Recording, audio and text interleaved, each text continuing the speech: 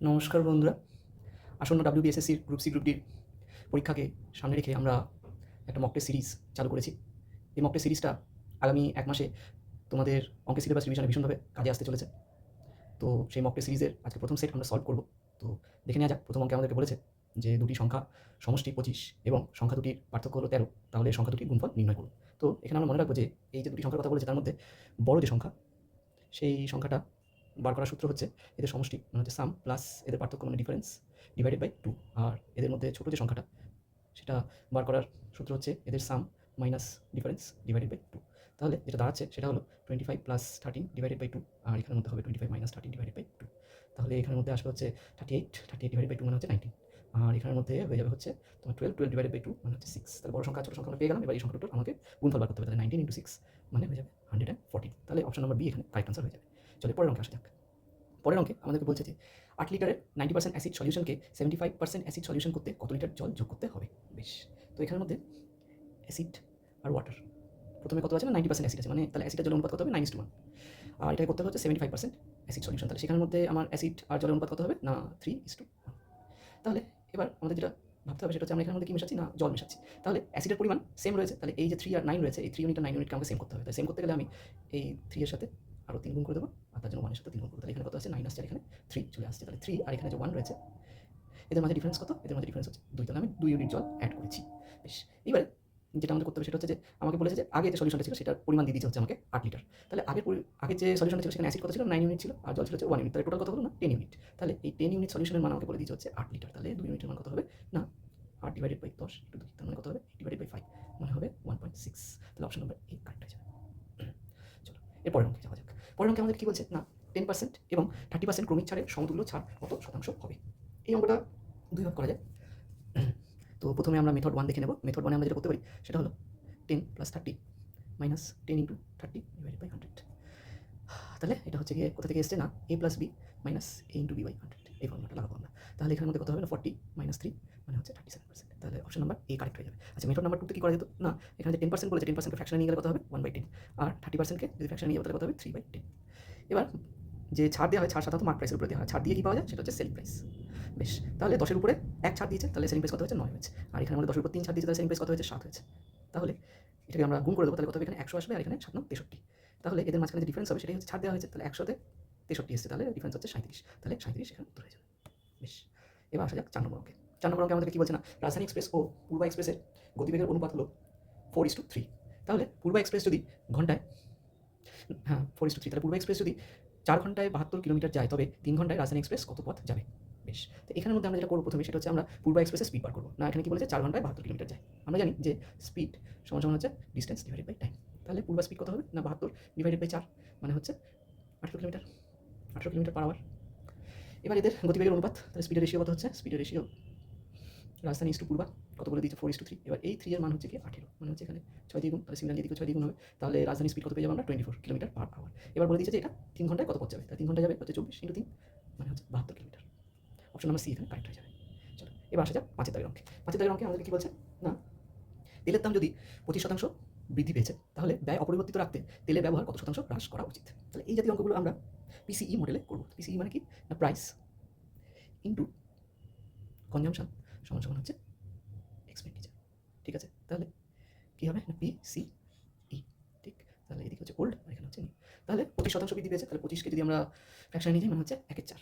ঠিক আছে, বেশ, তাহলে প্রাইস আগে ছিল হচ্ছে 4, এখন 1 বৃদ্ধি পেয়ে কত হয়েছে 5 হয়েছে। তাহলে কনজাম্পশন কী হবে, কনজাম্পশন নিশ্চয়ই 5 ছিল সেটা 4, কারণ এটা তাহলে 20:20 মানে হচ্ছে 1:1, যেহেতু আমার খরচা একই থাকবে, এক্সপেন্ডিচার আমার অপরিবর্তিত থাকবে।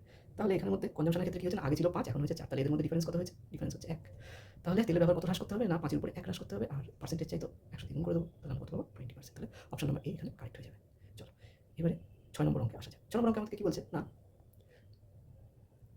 কোনো একটি বিদ্যালয়ে বিজ্ঞান বাণিজ্য এবং কলা বিভাগে 120 জন শিক্ষার্থীর মধ্যে 15% বিজ্ঞান বিভাগের অন্তর্গত, মোট 66 জন কলা বিভাগের শিক্ষার্থী হলে কত শতাংশ বাণিজ্য বিভাগের শিক্ষার্থী।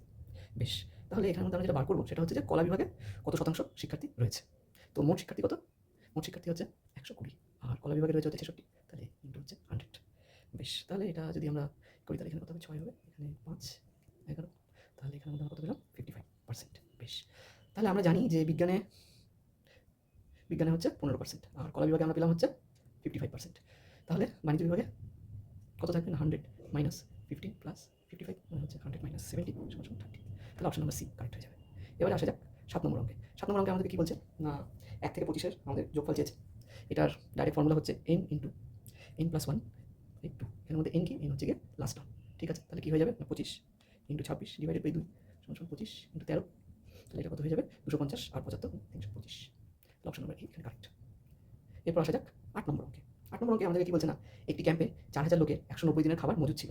30 দিন পর 800 জন অন্যত্র চলে গেলেন। যারা রয়ে গেলেন অবশিষ্ট খাদ্যে তাদের কতদিন চলবে? বেশ, তো এখানে 190 দিনের খাদ্য মজুদ ছিল, এবার 30 দিন 4000 লোকই খাওয়া দাওয়া করেছে। তো তাহলে যদি 4000 লোকই থাকতো তাহলে কত দিনের এদের চলতো না এদের চলতে হচ্ছে 160 দিন। ঠিক আছে, তাহলে 4000 ইন্টু 160।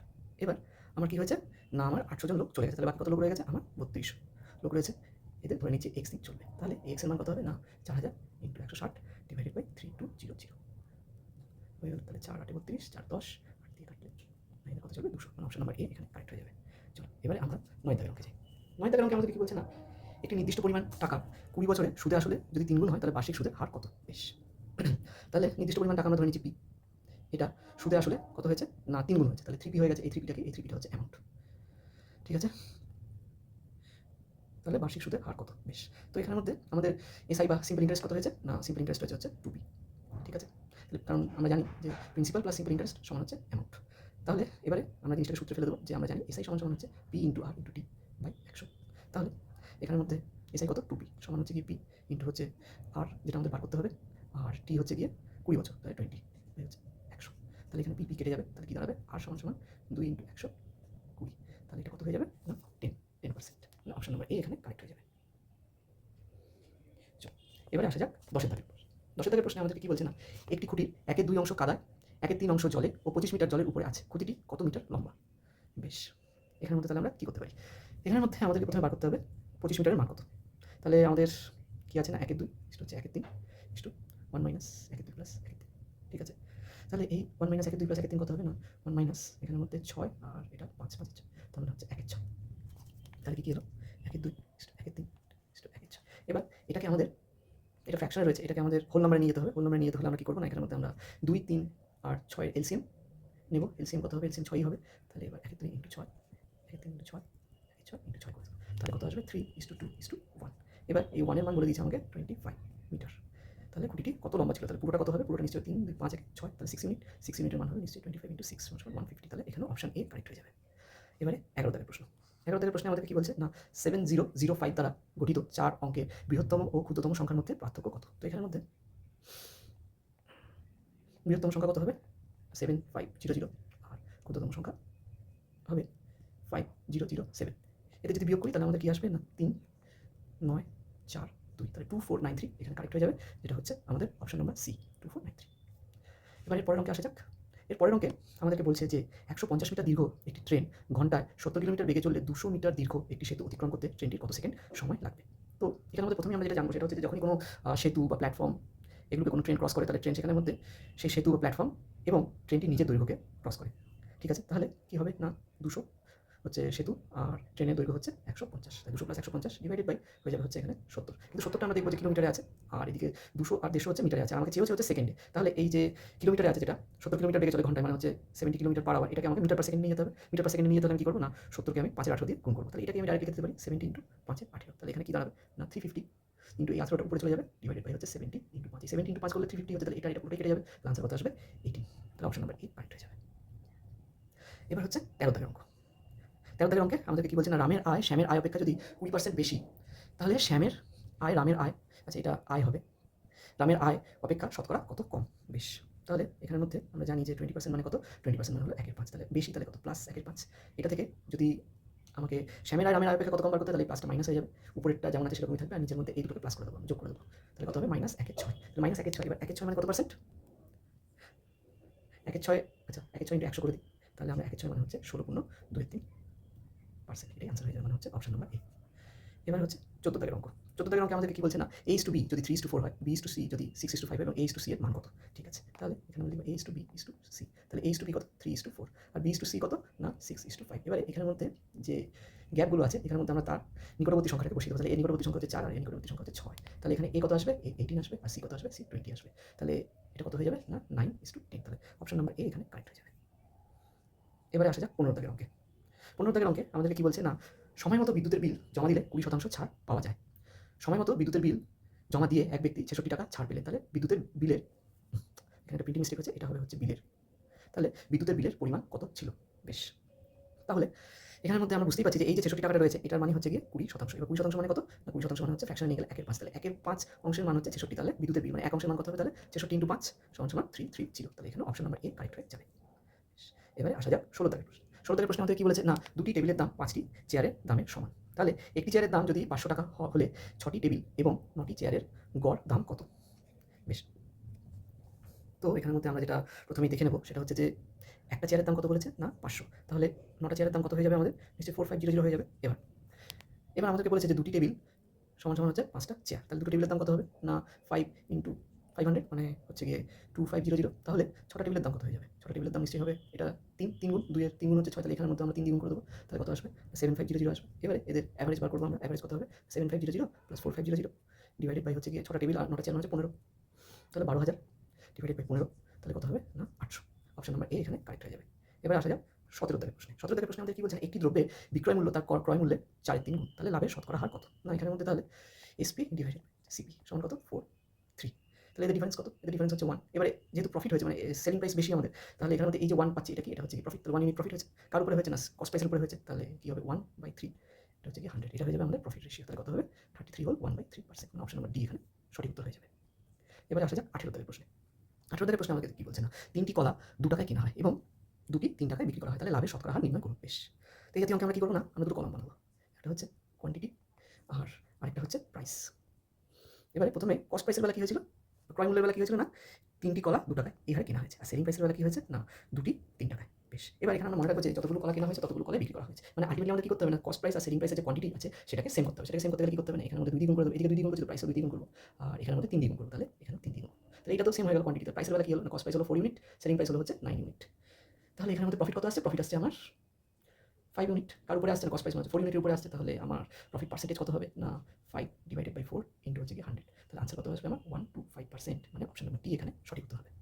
এবারে আসা যাক 19 দাগের প্রশ্নে। 19 দাগের প্রশ্নে আমাদেরকে কি বলছে? 19 দাগের প্রশ্নে আমাদেরকে বলছে যে কত সময় একটি নির্দিষ্ট পরিমাণ অর্থ 6.114% বার্ষিক সরল সুদের হারে দ্বিগুণ হবে। বেশ, তাহলে এটাকে আমরা কীভাবে করতে পারি না প্রিন্সিপালের থেকে কি হয়েছে না দ্বিগুণ হয়েছে মানে টুপি। এই টুপিটা কি? এটা হচ্ছে কি অ্যামাউন্ট অথবা কি সুদ আসল। ঠিক আছে, এবারে পি থেকে টুপি হতে গেলে কি লাগবে না প্রিন্সিপাল তো চেঞ্জ হয় না। তাহলে চেঞ্জ কি হয় না এসআই হয়। তাহলে এসআই কত হয়েছে? এসআই হচ্ছে আরও পি হয়েছে। ঠিক আছে, তাহলে এবারে আর কিছুই না আমরা ওই যেটা সূত্র রয়েছে এসআই সমান P into R into T divided by 100 এটা এখানের মধ্যে অ্যাপ্লাই করবো। অ্যাপ্লাই করলে কি হবে? পি সমান পি ইন্টু 6.114। এই যে 6.114 রয়েছে এটার মানে কত? এটার মানে হচ্ছে 25/4। তাহলে 25/4 মধ্যে 25 উপরে থাকবে ইন্টু হচ্ছে টি ডিভাইডেড বাই 100 আর এই 25/4 4টা নিচে বসে যাবে। তাহলে এখানের মধ্যে কত হবে না 100 ইন্টু 4 ডিভাইডেড বাই হচ্ছে কি 25। তাহলে এখানে কত চলে আসবে? 25 4 কেটে যাবে তাহলে 60। তাহলে 16 বছর আমার সময় লাগবে। অপশন নাম্বার ডি এখানে কারেক্ট হয়ে যাবে। এবারে আসা যাক 20 দাগের প্রশ্নে। এটা এই সেটের শেষ প্রশ্ন। এখানের মধ্যে আমাদেরকে কি বলেছে দেখে নেওয়া যাক। বলেছে যে এক্স একটি কাজ 20 দিনে করতে পারে এবং ওয়াই সেই কাজটি 12 দিনে করতে পারে। তাহলে যদি ওয়াই 9 দিন কাজ করার পরে এক্স একা বাকি কাজটি কত দিনে শেষ করতে পারবে? বেশ, ঠিক আছে, তো আমরা এখানে প্রথমে বার করবো হচ্ছে যে মোট কাজ কত আছে। তাহলে এটা বার করতে গেলে কি হবে না এক্স আর ওয়াই। এক্স কত দিনে কাজটা শেষ করছে? 20 দিনে। ওয়াই কত দিনে শেষ করছে? 12 দিনে। এদের আমরা এলসিএম বার করবো। 20 আর 12 এলসিএম আমরা দেখবো হবে হচ্ছে 60। তাহলে এটা কত হলো? এটা হচ্ছে আমার টোটাল ওয়ার্ক। ঠিক আছে, এবার আমি এক্স আর ওয়াই এর এফিসিয়েন্সি বার করবো। এক্স আর ওয়াই এর এফিসিয়েন্সি কি হবে না এক্স এর এফিসিয়েন্সি হবে হচ্ছে 60 ডিভাইডেড বাই 20 সমান কত হবে 3। আর ওয়াই এর এফিসিয়েন্সি কত হবে? 60 ডিভাইডেড বাই 12 সমান হচ্ছে 5। বেশ, এবার হচ্ছে ওয়াই 9 দিন কাজ করেছে। তাহলে ওয়াই ইন্টু 9 সমান 5 ইন্টু 9 সমান হচ্ছে 45 ইউনিট। তাহলে রিমেনিং কত রয়ে গেছে আমার? রিমেনিং রয়ে গেছে নিশ্চয়ই 60 মাইনাস 45 সমান 15 ইউনিট। এবার তাহলে এই রিমেনিং কাজটা করতে এক্সের কত সময় লাগবে না 15 ইউনিট ডিভাইডেড বাই 5 সমান হচ্ছে 15 ইউনিট ডিভাইডেড বাই 3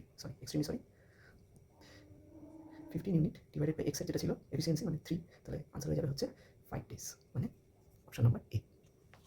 আমাদের সেট নাম্বার 1 এখানেই শেষ হলো। যদি ভিডিওটি ভালো লেগে থাকে তাহলে লাইক করবেন। যদি কোথাও বুঝতে কোথাও অসুবিধা থেকে থাকে তাহলে কমেন্ট সেকশনে লিখে জানাবেন, আমি অবশ্যই আপনাদের উত্তর দেবো। ধন্যবাদ।